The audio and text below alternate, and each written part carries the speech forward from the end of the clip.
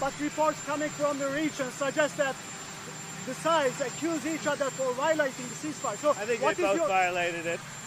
I don't think I'm not sure they did it intentionally. They couldn't rein people back. I don't like the fact that Israel went out this morning at all, and I'm going to see if I can stop it. So as soon as I get away from you, I'm going to see if I can stop it, okay? Netanyahu, sir. Have you spoken to him this morning?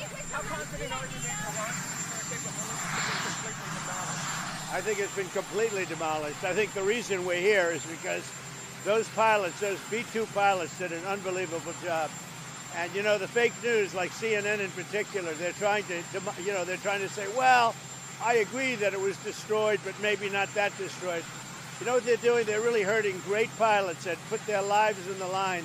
CNN is scum, and so is MSDNC. They're all, and frankly, the networks aren't much better.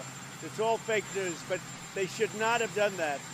Those pilots hit their targets. Those targets were obliterated, and the pilots should be given credit. They're not after the pilots, they're after me. They want to try and demean. Do you believe that Iran can rebuild its nuclear program? No, Iran will never rebuild its nuclear. From there? Absolutely not. That place is under rock. That place is demolished. The B-2 pilots did their job. They did it better than anybody could even imagine. They hit late in the evening. It was dark with no moon, and they hit that target with every one of those things, and that place is gone. But when I see CNN all night long, they're trying to say, well, maybe it wasn't really as demolished as we thought. It was demolished. You take a look at the pinpricks, and you see that place is gone. And I will say, I think CNN ought to apologize to the pilots of the B-2s. I think that MSDNC ought to apologize.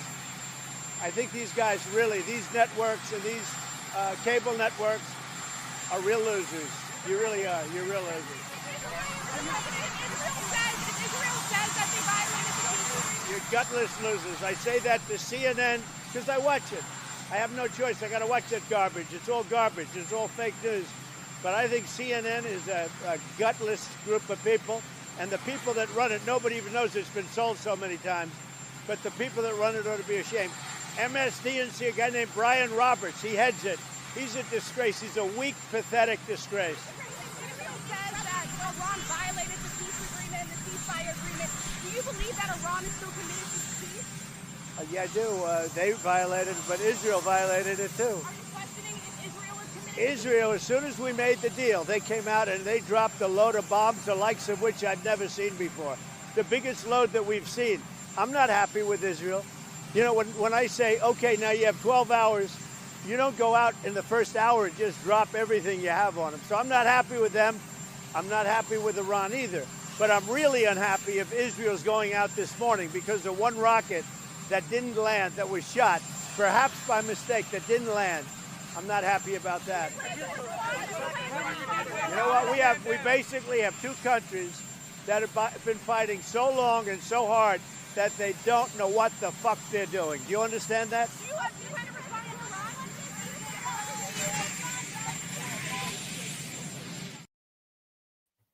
to Iran? Hello, ladies and gentlemen, and welcome again to Syriana Analysis. I'm your host, Kevork Almassian. Thank you very much for tuning in to today's live streaming. I appreciate you all, whether you're watching this stream on YouTube, on Rumble, or on Ganjin Word. And I would like to thank our friend Adrian Dittman for moderating the live chat. He's doing a great job to moderate the live chat and especially to filter some of the trolls. And I would like to reiterate that on this channel, everybody is welcomed with different political opinions, even if people disagree with me and even if they try to call me out or whatever, I don't really care. What I really care is to create a healthy environment for everyone to express their opinions without cursing or attacking each other to create, in a bit, to try to create a poisonous, let's say, environment for everyone. The purpose of this channel is educational, and people come here to try to, get a perspective of a different perspective, let's say, about what's going on in the Middle East, something that is different from the mainstream narrative. I watched this video. It is, I believe, the first time a US president criticized Israel this way. I have never seen, at least in my lifetime, a US president using these words to describe the Israeli actions. What happened? Why the United States moved from unconditionally supporting Israel and calling for total capitulation, complete surrender of Iran, calling for regime change. Those were all the words of Donald Trump in parallel of the Israeli attacks against Iran, into a statement which came only today, basically calling for Israel to stop bombing Iran and to respect the ceasefire agreement. So what happened between these two events, what happened between these two statements? A lot. At the beginning of the strikes of Israel against the Iranian sites, against the leadership in Iran, the assassination, decapitations they have done against nuclear sites, against the scientists. This operation was called Operation Rising Lion. Now, for those who don't know, the previous flag of Iran, they had the lion on it, and this was when the Shah ruled Iran. So basically, Israel wanted to decapitate some of the leadership in Iran. At the first few days, this was the shock factor that a wave of shock factor, let's say, inside Iran in order to create unrest, chaos inside the country, and also the impression and the perception among the Iranian people that their leadership, or what in the United States and Israel call the Iranian regime, is incapable of protecting himself, then how are they going to protect the Iranian people? This was a psychological war they have waged against the Iranian people through military means in order to create this conviction among the Iranian people, those who support the government or do not support the government. Those who support the government, they will get the impression that this type of attacks against their leadership means that their leadership is weak and incapable of defending itself. And among the people who hate the current leadership in Iran, it's an opportunity to rise against their government. So they wanted basically to trigger a color revolution in the country. And this would lead into installing a new kingdom, basically, in Iran. And this has been circulated widely among the talking heads, among the people who want to do regime change in Iran, that they want to bring Reza Pahlavi, the son of the former Shah, basically. And this is, for me, it's very ridiculous, especially when it comes from people who claim that they want a Western-style governance in Iran. Then how is it possible to bring a kingdom to Iran, right? And I'm not against kingdom, or I'm not against a type of a ruling system if it works for the people, but you cannot really come and say that we are for a Western style democracy and then you want to bring back a kingdom to Iran. That's my point. And especially when it comes to Pahlavi. Pahlavi, in my opinion, he is a no one.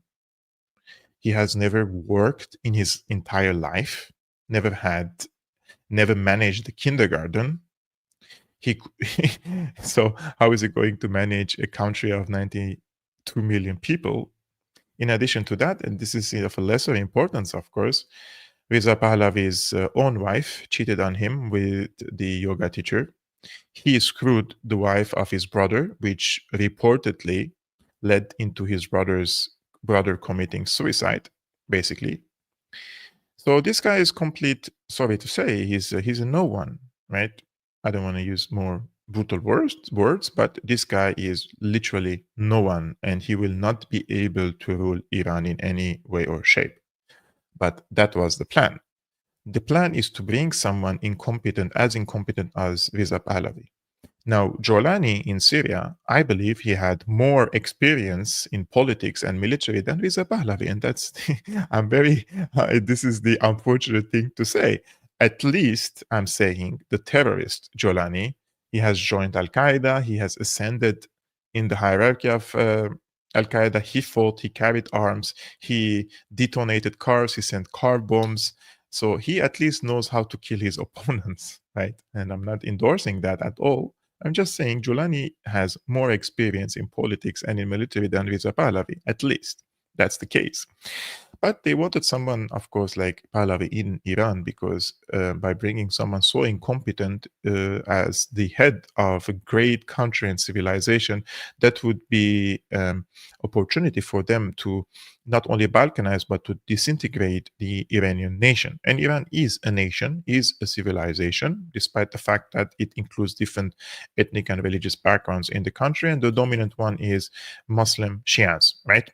So the goal was the shock factor, unrest, color revolution, regime change, disintegration of the Iranian nation. Those were the goals of these both US-Israeli attacks against Iran. And at the beginning of the war, if you remember my live streamings, I said Iran is walking to the trap of Israel. Why? Because I said what Iran is doing, basically, they are retaliating the exact way that the Israelis want them to retaliate. If the Israelis are attacking to this level and they're always, the Iranians are not matching them or outmatching them, which means they are not establishing deterrence. However, after 4 or 5 days of this war on Iran, which is now, according to Trump, is called the 12-day war, then the Iranians accelerated their missile attacks against the Israelis. And what they did, basically, they have the human toll and the destruction in vital interests, such as in Haifa, businesses, fuel, energy, and also in residential areas. We have to accept the fact that Iran fired missiles in residential areas and they have killed many Israelis. And this is something that in Israel is very, Israelis cannot tolerate such attacks because they had this false sense of safety that every Jewish person around the world, they can come to Israel and live in peace there, and they would find their security in Israel. And I do believe that the Jewish people are probably less safe in Israel at the current moment than anywhere around the world.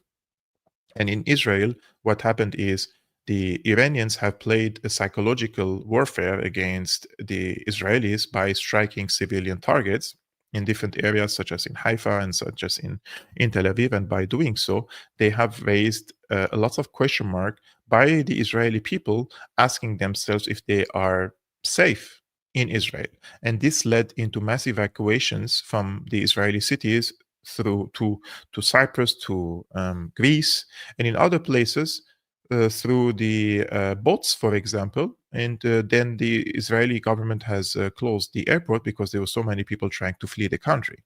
So this is always going to be one of the points of weaknesses of Israel, and that is they're having millions of people living in a very small, highly populated areas, and mostly concentrated in Tel Aviv, Haifa, Akka, and in other places. Basically, if enough missiles fall on these cities, then the people will be devastated, right? And this is the what we call the strategic depth.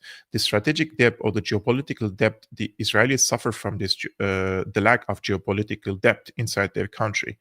Therefore, any consistent and persistent attacks, missile attacks against these cities, it will devastate them more than the same amount of missiles falling on Iran. Iran is a very big country.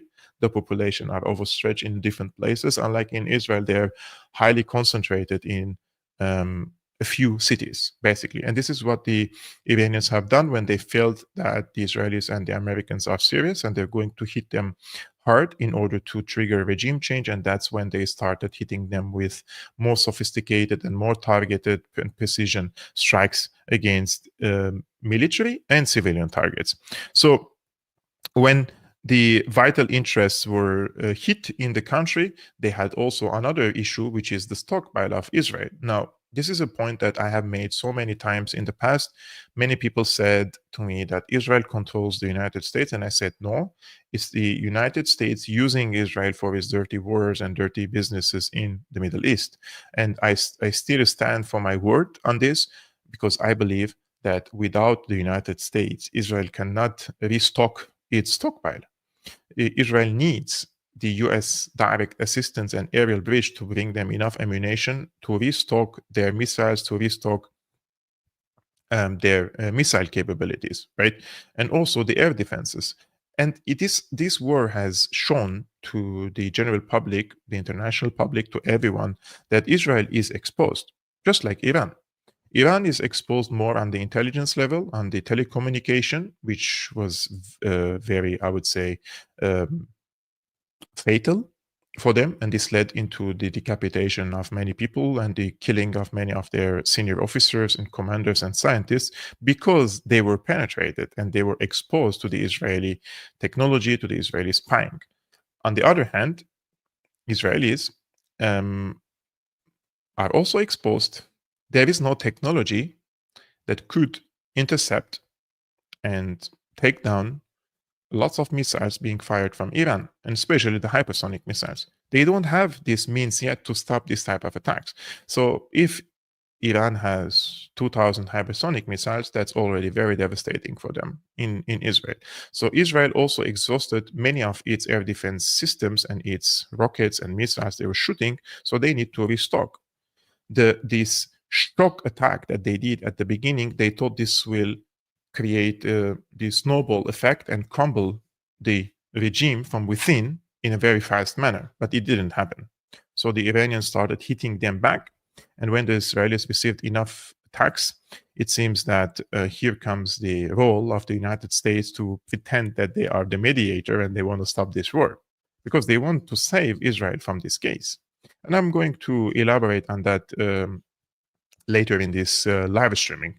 Now, as I speak about Iran's intelligence exposure to Israel, this is the same case with Hamas. This is the same case with Hezbollah. This is was the same case with Syria. They were all exposed to Israeli spying, and they know every single movement they're doing, basically, to who they're talking, where are they going, if they sit in a car and go. They know everything, basically.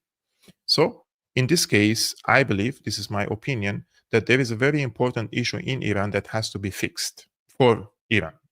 And that is the secrecy of their telecommunication, the secrecy against spying, so immunizing themselves against this type of intelligence exposure, right? And how could they do that? Of course, they have two ways of doing it. They could either do it by themselves, locally, domestically, and this will take longer time. And I don't think that time is I don't think they have a lot of time ahead of them, because this so-called ceasefire agreement, in my opinion, will be temporary. It will be to buy time for Israel to restock and refill its stockpile with enough weapons for the future attacks. And at the same time, I believe then, if time is not in favor of Iran, then they have to rely in one way or another on a foreign country. And in this case, Iran doesn't have much of options. They cannot really close their country completely like North Korea and isolate themselves from the outside world and cut the internet and telecommunication, and they just create a closed society, which will definitely not be functional for people like Iranian people, for example. And therefore, they have to choose one of these paths. One is to rely on themselves and develop. As I said, it will take a long time, or they have to rely on China. I believe China is the most sophisticated among the allies of Iran, which can assist Iran in gaining or regaining or immunizing themselves against Israeli spying. And in this case, the Iranians are, I want to mention this because it's important. Iranians are very proud people, and the leadership is very proud. In the past few days, Putin was asked if they're going to intervene militarily, and Putin said, for example, that during the negotiations, the strategic partnership between Iran and Russia, which is a 20 years strategic partnership between them, which includes also military cooperation, but it doesn't include a defense pact, which means if Iran is attacked, Iran will have to defend itself. And similarly, Russia is the same. Although Iranians, in my opinion, they are in dire need for such a cooperation, whether with it's Russia or with China. But they have this pride that they want to keep their army sovereign, and the technological development and advances all has to be local. This is where it comes the pride, that they want to keep this for themselves. And my humble advice would be here that having an extra pride sometimes is also harmful. So in this case, if the Iranians can rely on Chinese technology, for example, why is anyone in Iran still uses Android or iPhone, the Apple iOS or the Android? Every smartphone that you have, everyone which has an Android or an iOS, all of them have backdoors for the CIA, for the NSA. Whatever you do, whatever anti-spying, anti-phishing, anti-Trojan horse, anti-whatever program you install on your smartphone, the CIA and the NSA, they have a backdoor, and they will still be able to read what you're saying, what you're talking, to who are you talking. They will know your location, etc., etc., etc. Therefore, the first step, in my opinion, is completely ban all these products in Iran. And excuse me, but when you don't have an alternative, I could maybe understand. But you have an alternative. It's China. They're building all their smartphones and bringing it to all around the world. And that's why their smartphones are banned, some of them, especially the Huawei, in the United States, because China could have a backdoor to spy on the United States. Well, this is one of the reasons. But since Iran and China aren't at war against each other, then why would you give this access to the Americans and not to the Chinese? This would be my humble opinion on this, right? And the second thing they could do is also cooperate with China and Russia, probably other countries, to close all these small or big, I don't know, breaches in its intelligence and telecommunication, for example, which led into serious, grave consequences for the Iranian leadership. Right. This would be my opinion about this. I don't think that it is very difficult to establish a telecommunication system and channels with China to import Chinese smartphones instead of giving not only the people, we're not talking about ordinary people. Imagine you're a scientist in Iran or you're a commander in Iran and you use normal smartphones from Android or from iOS. I have friends in Iran, and I told them this many times.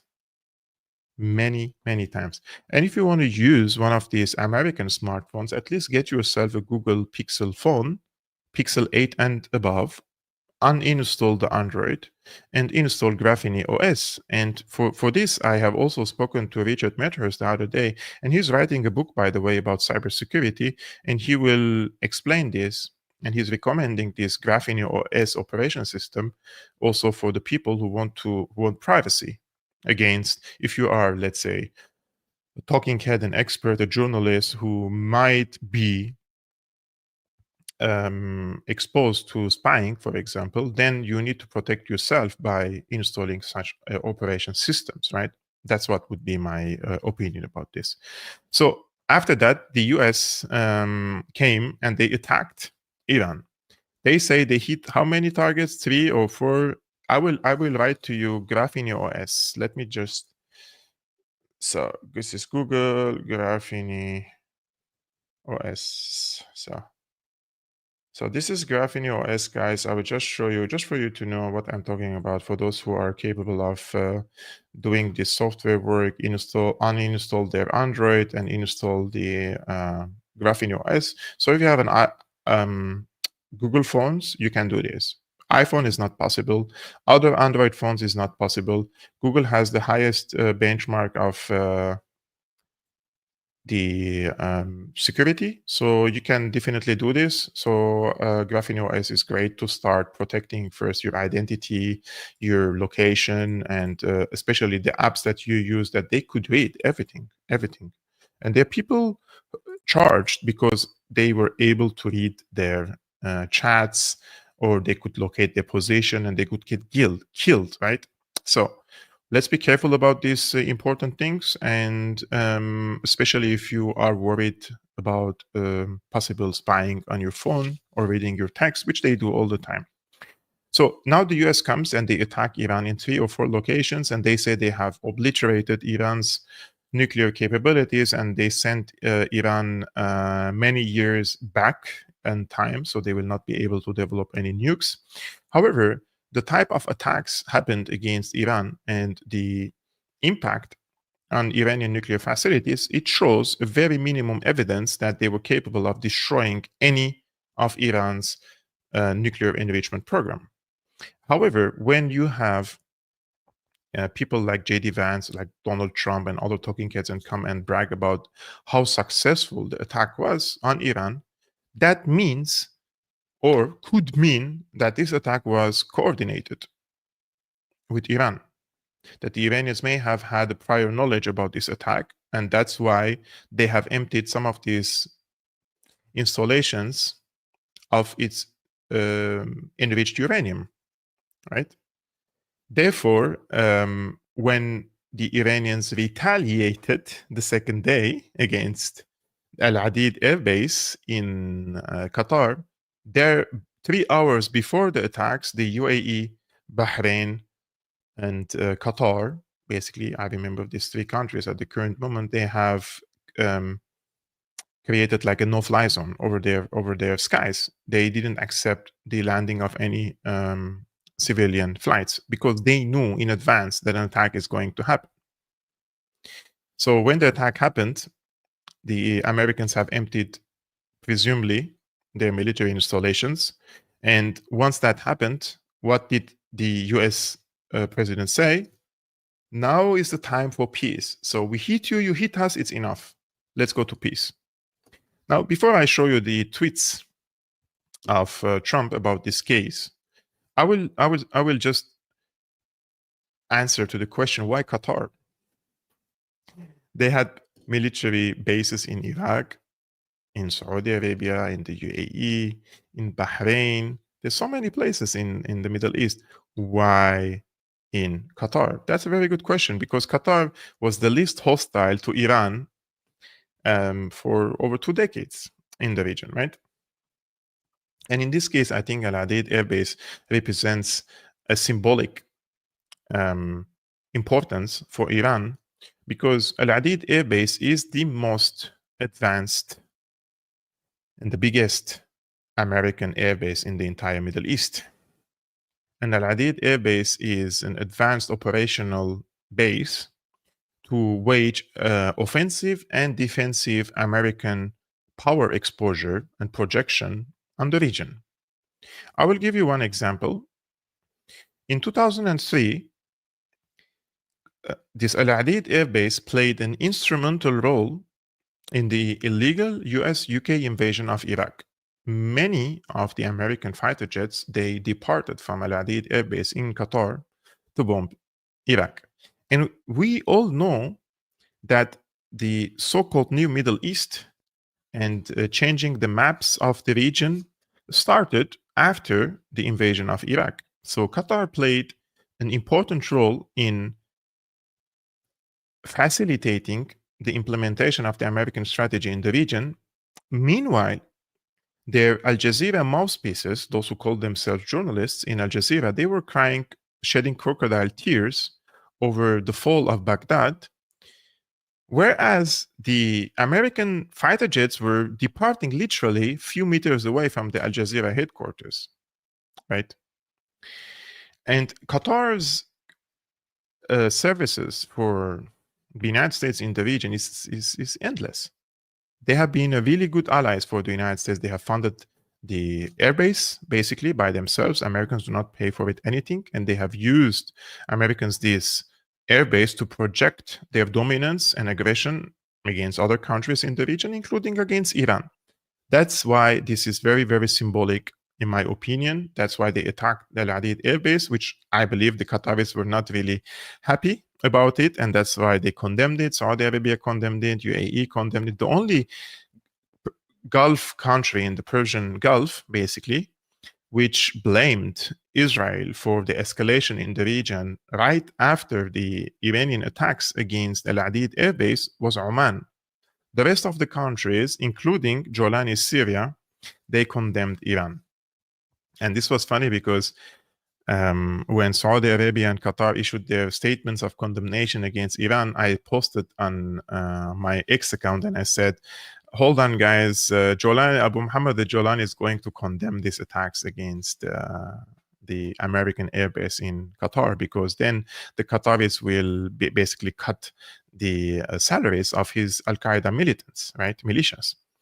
And 30 minutes later, they issued a statement basically condemning it, although the official position of Jolani Syria is, we're neutral, we're not part of this conflict, and we don't want to get involved in this. And this is what Erdogan has basically advised Jolani to do, to stay in the middle and not to intervene in this conflict, as if he has the means to intervene anyways. However, once the attack happened against the Al Adid airbase in Qatar, he has no choice but to condemn that, because the salaries of his public employees, the militants, all come from Qatar. Qatar is the biggest financier of the most brutal terrorist organizations in the region, including ISIS, al-Nusra, and other organizations which committed heinous acts in the region, especially against the Syrian people. And I have no sympathy at all for Qatar. This is on a personal level. So our friend says, as an American, how long do you think it will be until they allow flights again? Do you mean in the region, in the Middle East? I think in the next 24, 48 hours, flights to Iran. Yeah. So now, before I started this live streaming, I heard a report that there was an explosion in Tehran. We don't know if this is legitimate or not. But if the ceasefire holds on in the next 24 hours, then in 24 hours, the flights will be operational again in Tehran. That would be my opinion. But will Israel respect it or not? That's a different question. So now we have Trump's tweets about this case. Before that, because I'm speaking about Qatar, right? And yesterday, while Tucker Carlson was recording an episode with, I would like to, I'm not bragging about it, but I like to call Clayton Morris a friend of mine, because he was a good friend of mine. He has given me his platform many, many times to amplify the voices of the Syrian people suffering under brutal sanctions, wars, killing, earthquake. He helped me with crowdfunding, basically, to collect money for the people in need in Syria on his platform. He posted the link under his video. So he has done a lot for Syria and for helping me to help the Syrian people. So I call him a friend. I take advice from him. I look up to him. I like his approach, and I think he's a very professional journalist in this case. So he was on Tucker Carlson's show yesterday while the attack happened against Qatar, and so they received the breaking news while they were recording this, and they recorded this, posted this very short snap of the video. And in this video, basically, Tucker Carlson says that Qatar, this Al Adid Air Base in Qatar, the main goal is to protect Israel. And Qatar has done a lot to protect Israel in the region. And this is something that I used to say for a long time, but it was called the conspiracy theory. Take a look. There's some breaking news. What now? This is just sad on every level.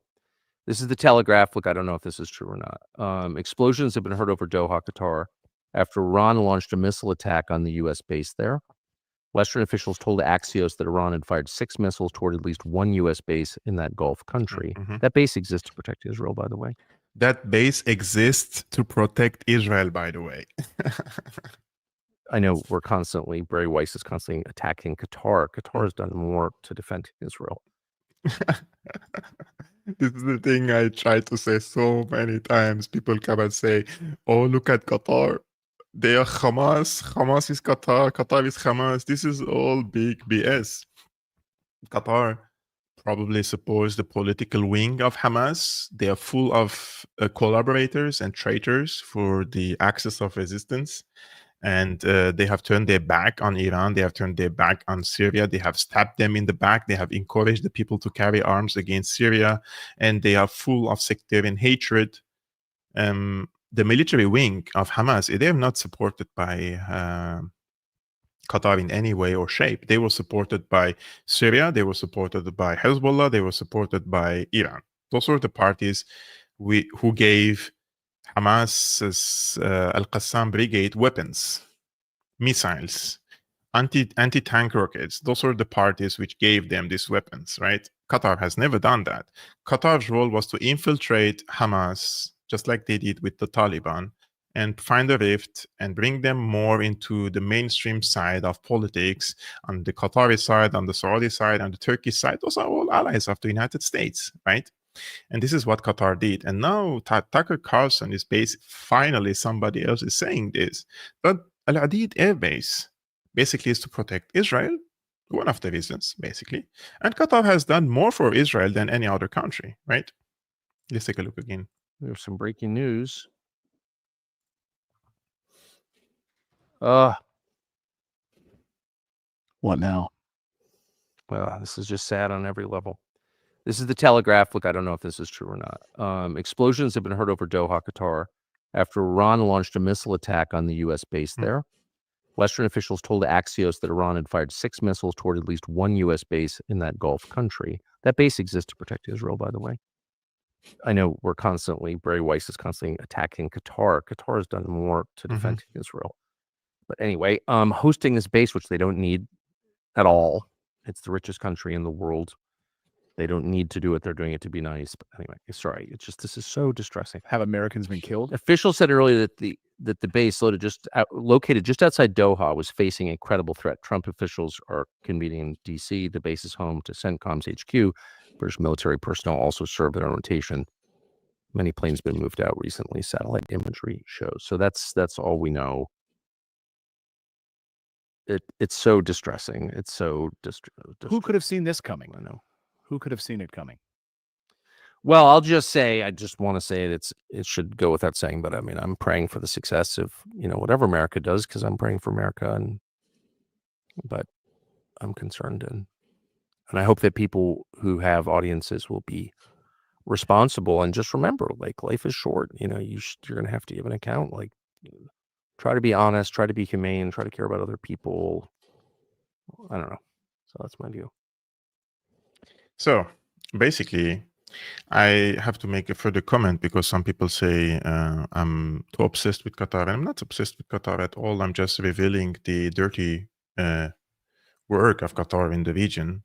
And if I had 2 players in the region and you told me you don't have a choice, you have to respect only one, right? UAE or Qatar.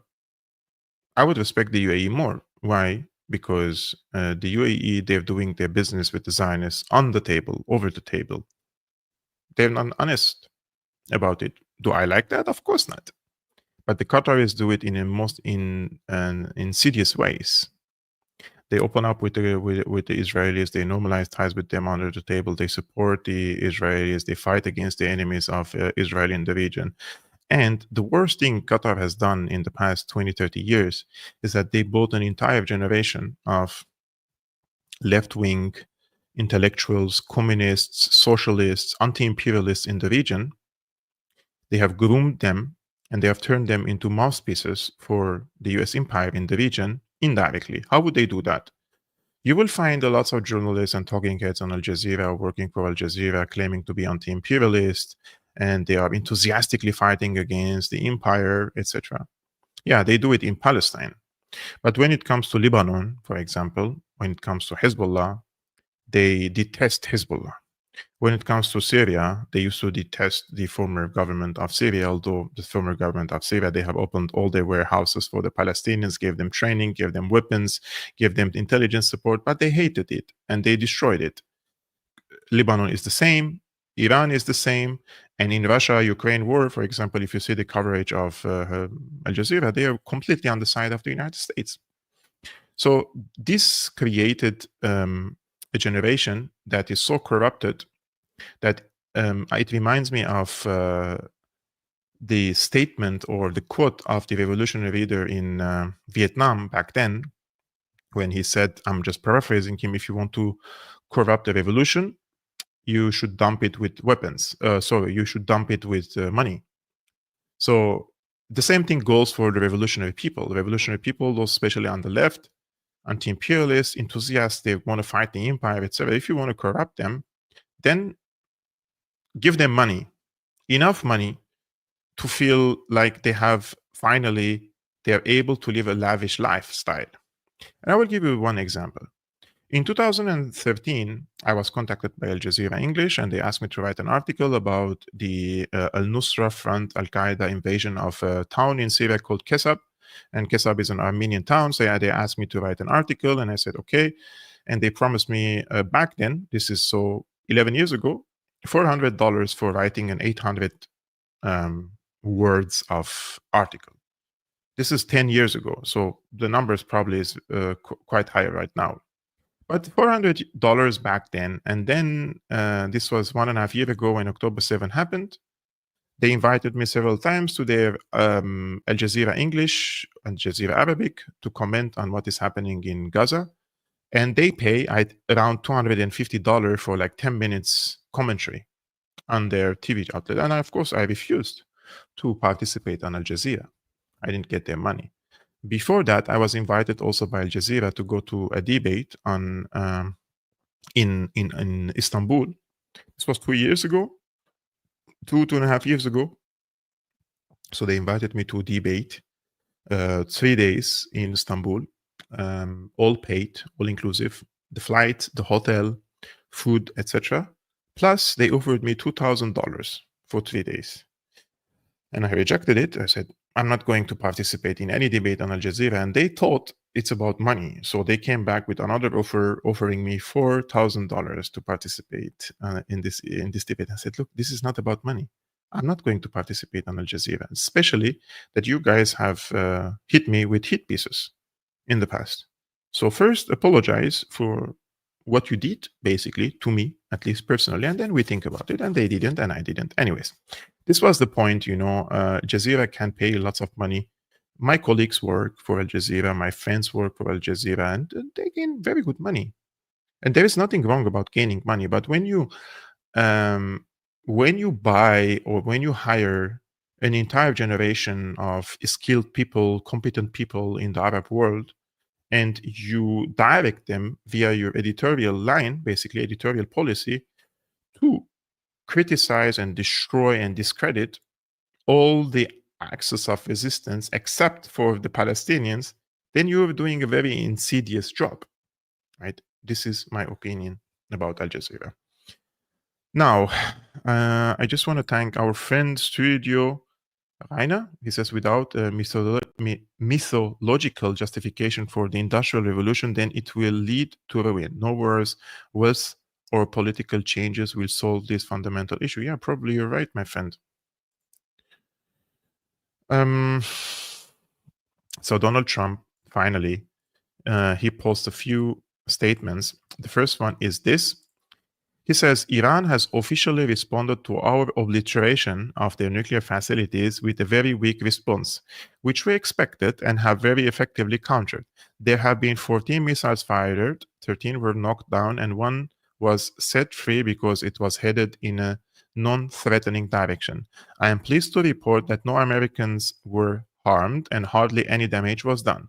Most importantly, they have gotten it all out of their system and there will hopefully be no further hate. I want to thank Iran for giving us early notice, which made it possible for no lives to be lost and nobody to be injured. Perhaps Iran can now proceed to peace and harmony in the region, and I will enthusiastically encourage Israel to do the same. Thank you for your attention to this matter. I mean, the way they try to portray this as an absolute victory, that we have obliterated their nuclear program and they have responded in a very weak way, it goes in line with this same narrative that they're repeating in the US establishment. For example, J.D. Vance, right? He says, a week ago, Iran was very close to having a nuclear weapon. Now Iran is incapable of building a nuclear weapon with the equipment they have because we destroyed it. The president, without, knock on wood, having a single American casualty, obliterated the Iranian nuclear program. We are now in a place where we weren't a week ago. A week ago, Iran was very close to having a nuclear weapon. Now, Iran is incapable of building a nuclear weapon with the equipment they have because we destroyed it.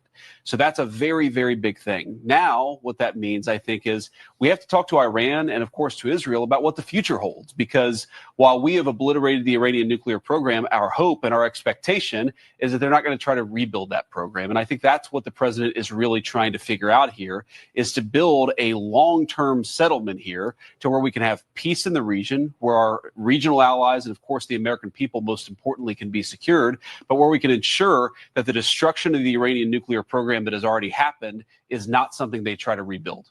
The president. This statement is directed at two directions. One is for the American people. Basically, they're telling them, we're strong, we're competent, we have obliterated the potential threat. So the mission is accomplished. If you destroyed the Iranian nuclear threat, the potential threat, then why are you fighting against Iran? Because this was the reason you said you're going to war against Iran. So this reminds me of a goat, and the goat climbs over a tree, and then they cannot come back, right? You have to bring the goat, you have to climb them down off a tree. This is exactly what the Americans have done. The attacks on Iran, the shock factor, decapitation, trying to start an unrest, color revolution, regime change, disintegration of the Iranian nation, these major goals have all failed. They couldn't reach to these goals, at least yet at the current moment. Maybe they will try in a different way. But military means, it seems, is very difficult for them to achieve a regime change in Iran. So they will definitely try a different way. I don't believe for a moment that Israel and the United States are interested in a ceasefire, giving Iran time to restock itself, to find other ways to challenge American dominance in the region, unless, of course, the Iranians have capitulated in secret, which I don't believe that is the case. But for the moment, it seems that Iran has shown that the United States and Israel, they have also limitations. And the real limitation here is Israel. It's not the United States. The United States can come with all its warships and its fighter jets and its bunker buster bombs or whatever they're using on Iran. Of course, they have the capability, but they don't have the tolerance to accept all these attacks coming on Israel, because Israel is incapable of defending itself against Iran with such attacks. Israel has shown to everyone after this war that it has become a liability for the collective West. They're incapable of defending themselves. They will continue depending on American and Western military assistance. And this means in the future, I'm just saying for an argument's sake, hypothetically, in the future, if there is a major shift in the balance of power, or the US empire is weakened or incapable of providing the similar amount of assistance to Israel, then Israel will not be able to survive in the region. That's why they're very much nowadays busy in trying to neutralize any possible future threats against them. That's why they have knocked out Assad. That's why they have destroyed southern Lebanon. That's why they have destroyed Gaza Strip. That's why they're eyeing on the Sinai region in Egypt, right? Those are all reasons why Israel wants to kick out the Palestinians, 2 million of them from the Gaza Strip, probably 3 million of them from West Bank, right? The reason, because if in the future United States and the collective West are weakened to a certain degree, then they will not be able to support Israel unconditionally. And that's the point when the Israelis will feel the most pain and the most threatened, basically. And that's why they're trying to neutralize any possible threat from now on, thinking about the future. And that essentially means no more Palestinians in Gaza. They're hunting them basically. I don't know, you can't even call it a chicken. You can't even call it in any way possible. Like, imagine you're a hungry person going to pick up a food and they're gunning you down. This is what Israel is doing at the current moment. It's like fun now for them. It's like a video game. They're just killing people for the sake of killing, because they don't want them to stay there. Because in the future, if the Palestinians feel like Israel has didn't receive or cannot receive enough support and assistance from the United States, then they will rise against Israel.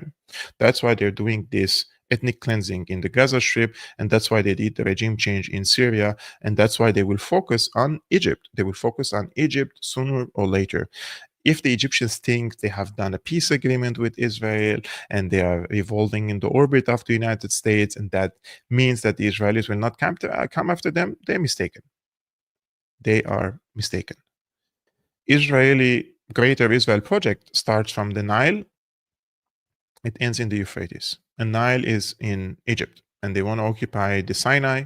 They want to occupy the Suez Canal. They want to create a Greater Israel Project. And that requires them to destroy the Egyptian army. Now, they're not able to destroy the Egyptian army through conventional military means. That's why I believe that they will try to impoverish the Egyptian people enough through these loans, politicized loans, IMF, World Bank. They will send them into bankruptcy so that the people rise against their own government. And in Egypt, unlike in Syria, you have a deep state, which is the military. And that requires, if the Israelis want to occupy the Sinai, it's not enough to knock out Sisi or Morsi or Hosni Mubarak or no. In Egypt, it's not only the president who rules, unlike in Syria. Like Syria was one person ruling everything, right? Almost. It was a centralized political system. In Egypt, it's similar, but it's the military and it's the army which gives all these authorities to the president. And if the military withdraws the support to the president, he will fall. And that's why the target in the future will be the military and not the presidency, because the presidency will not change much unless they hit the military in this case. So now I will show you a few more tweets for Donald Trump. The first one is, or the second one, he says, congratulations to everyone. It has been fully agreed by and between Israel and Iran that there will be a complete and total ceasefire. Then he also brags about something else. Of course, this is Donald Trump. How can he not? He says, Israel and Iran came to me almost simultaneously and said, peace, please, daddy, peace. I knew the time was now. The world and the Middle East are the real winners. Both nations will see tremendous love, peace, and prosperity in their futures. They have so much to gain and yet so much to lose if they stray from the road of righteousness and truth. The future for Israel and Iran is unlimited and filled with great promise. God bless you both. And then Trump gets a little bit mad at Israel because Iran accepted the ceasefire agreement, it seems, but the Iranians started sending more fighter jets to Iran. And he said, Israel is not going to attack Iran. All planes will turn around and head home while doing a friendly plane wave to Iran. Nobody will be hurt. The ceasefire is in effect. Thank you for your attention to this matter. Donald J. Trump, President of the United States. And then finally, he drops another tweet. He says, Israel, do not drop those bombs. If you do it is a major violation. Bring your pilots home now. Donald J. Trump, President of the United States. Yeah, I really don't know if this is all the theater or because Trump thinks that it's not the right time to escalate now against Iran. Maybe they should bring other types of preparation in case of a massive Iranian retaliation. I don't know. It could be all a game. But deep inside, as a political analyst, I don't use my feelings and emotions to analyze. Those are irrelevant. But there is always something like a gut feeling inside me which says there are patterns that we have seen in the past when the US and Israel talked about peace negotiations. Meanwhile, they prepare for war. Happened so many times. Ukraine, Minsk 1, Minsk 2, with the nuclear talk with Iran in Syria. So there is a consistency in the US deceitfulness. They deceive people. They deceive that they want peace, but they prepare for war. So this is just my opinion. I might be wrong. I don't believe for a second that the US and Israel are done with Iran, especially that the current establishment in Iran is untouched. And they have shown until the last moment they're capable of firing hypersonic and ballistic missiles against major locations inside Israel. So probably they need time to prepare and to equip Israel with more air defenses or bring them more ammunition or more, I don't know what they're trying to do basically. But I don't think that this was the end. I think the cyber warfare, the intelligence warfare, the military warfare will continue against Iran. And that's why tomorrow, guys, is Wednesday, 25th of June. I'm going to host our friend Ihsan Sefer Najat from Tehran. He was my guest 2 days before the Israeli attacks against Iran. Now we're going to have him back to evaluate this issue from his perspective. And Ehsan is very critical. He's very intellectual, and I believe his insights are very valuable. And he's critical of his own government, and he's critical of the, of course, American empire and Israel very, very much. But at the same time, I believe Ehsan Safarnajad doesn't sell illusions to the people. That's why I want to have him, because I want to have a solid conversations with him about what Iran won, what Iran lost, what Israel won, and what Israel lost, and what he thinks about the ceasefire agreement, and what were the mistakes of the Iranian leadership when it comes to military affairs, when it comes to negotiations, when it comes to the nuclear program. So if you're looking forward to that, we're watching, this is around 1,400 people watching this live streaming between Rumble and YouTube. I would really appreciate it, guys, if you hit the like button and subscribe to this YouTube channel as you're watching. It helps me a lot with the algorithm of YouTube, and also to reach this content to more people. And tomorrow, this is going to be a brilliant also opportunity for us to listen to Ehsan Safarnajad.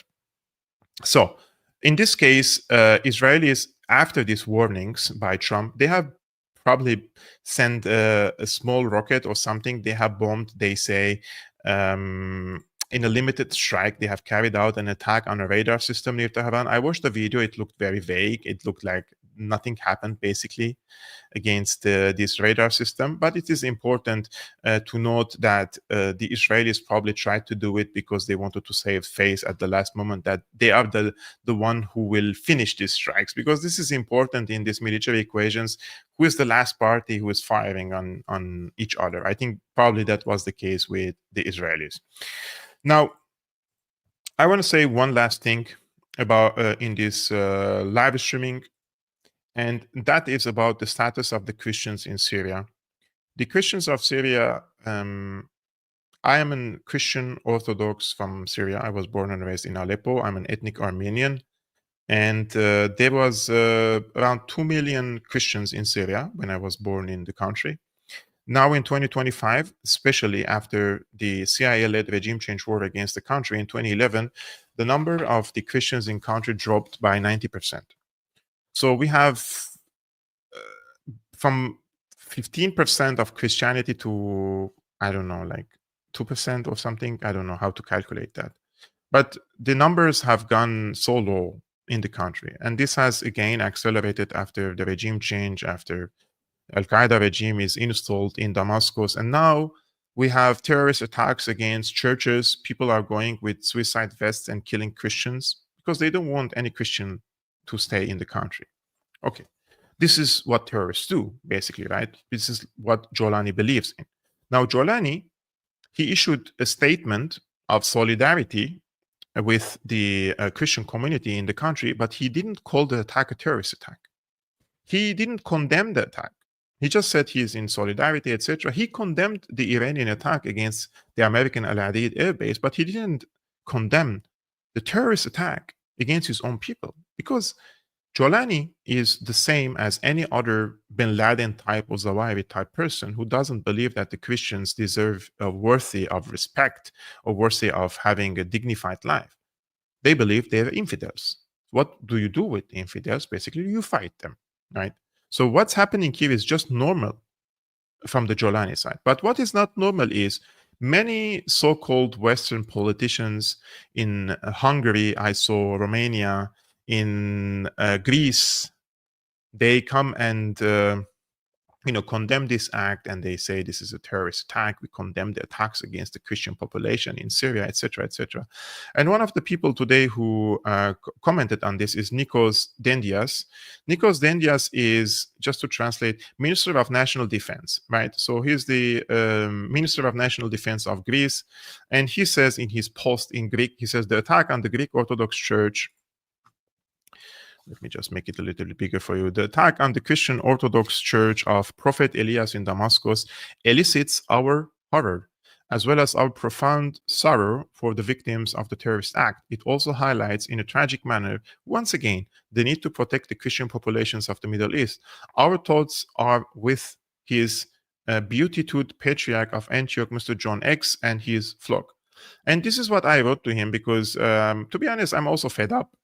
I'm also fed up by such just verbal solidarity and, just want to read to you what I said in Greek, because I translated it, of course, to AI. So let me see.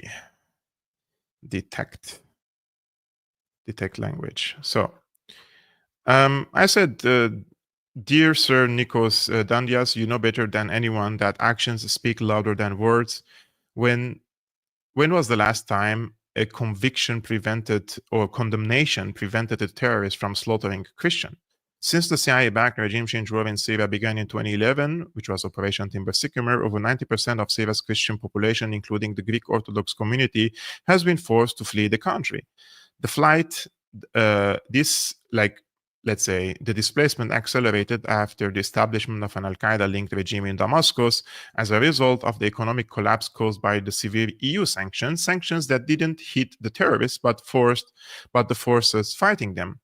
Today, suicide bombers are striking the remaining Christians inside their own churches. So I ask you respectfully, what have Greek governments done over the time to help Syrian Christians remain in their homes and cities? Other Western countries such as Canada and Australia have opened channels through NGOs for the relocation of Christians, gradually emptying Syria of its Christian population. Greece, however, with its deep historical, cultural, and spiritual ties to the region, could follow a different path. Do we really believe that completely eradicating Christianity from the Middle East is a solution? Is this the legacy we want to leave? If there is no longer a way for Christians and Alawites to live safely in Syria, then perhaps it is time to consider their humanitarian protection in Greece, where they share common roots, history, and faith with the Greek people. I'm a Syrian Orthodox Christian, and every day I receive desperate pleas from Christians and Alawites trapped in areas controlled by radical elements whose sole goal is to cleanse the country of infidels. That is us. Our numbers are small, but our need is immense. The time has come for actions, not just words, with respect. So, of course, I will not receive an answer of this, but to be honest, I'm also sick and tired of words and empty sympathy, and we have to protect, we have to do this. Turkey is intervening and giving actual lethal aid, lethal and no lethal aid to the Jolani regime. What is Greece is doing in this regard? What are other countries doing in this regard? Christians they don't have arms to defend themselves. They don't have any political party to represent them. They don't have any church on their back to say no to the Jolani regime. There is no one on their back. They are alone in this. Therefore, when you don't have arms and you don't have any means to protect yourself, you will always seek for outside protection. And in this case, Greece is, of course, should play a role in the protection. And if you guys if that is the decision, there is no longer Christianity in Syria, and there is not going to be Christianity in Syria in the future, at least how many of them is left? 150,000, 200,000 Christians, also the Alawites. They have to have the right for protection, right? Then the Alawites and the Christians are the closest to the Greeks, historically, culturally, religiously, spiritually, faithfully. So at least they have to have the opportunity to be protected, receive an asylum. Greece is already receiving tens of thousands of asylum seekers passing through Greece because they want to go to Western Europe, right? But Greece can also benefit from the people who are skilled or competent or close to their culture. I understand that there are so many countries do not want to receive, let's say, refugees or migrants from some countries. But those are the people Greece says they have, or the Greek governments say they have, cultural and spiritual connection to them. So at least you have to do a tangible thing and support them in these dire times. This would be my message to my dear Greek friends. If you have also connections in the Greek government, that would be amazing to raise this issue to them. Syrian Christians, Syrian Alawites, and the rest, they don't need words, they need actions. That would be my final thoughts. So thank you so much, guys, for tuning in to today's live streaming. I really appreciate all of you. If you're watching this and you like this content, it would be great if you could just hit the like button, subscribe to this YouTube channel. If you like to do more to support the independent work I'm doing, you can become a patron. The link is scrolling on the screen, patreon.com/Syriana Analysis. If you don't like to use Patreon, there are different other means in the description below. And I will see you tomorrow with Ihsan Safarnejad on Syriana Analysis. It's going to be recorded because I cannot do it live with him because the internet is not reliable at the current moment in Tehran. So we will record it via Zoom or something, and then I will broadcast it as live on Syriana Analysis. So peace be upon you, upon your families. And thank you so much, Adrian, for moderating the chat. I really appreciate you. And I will see you next time. Salam.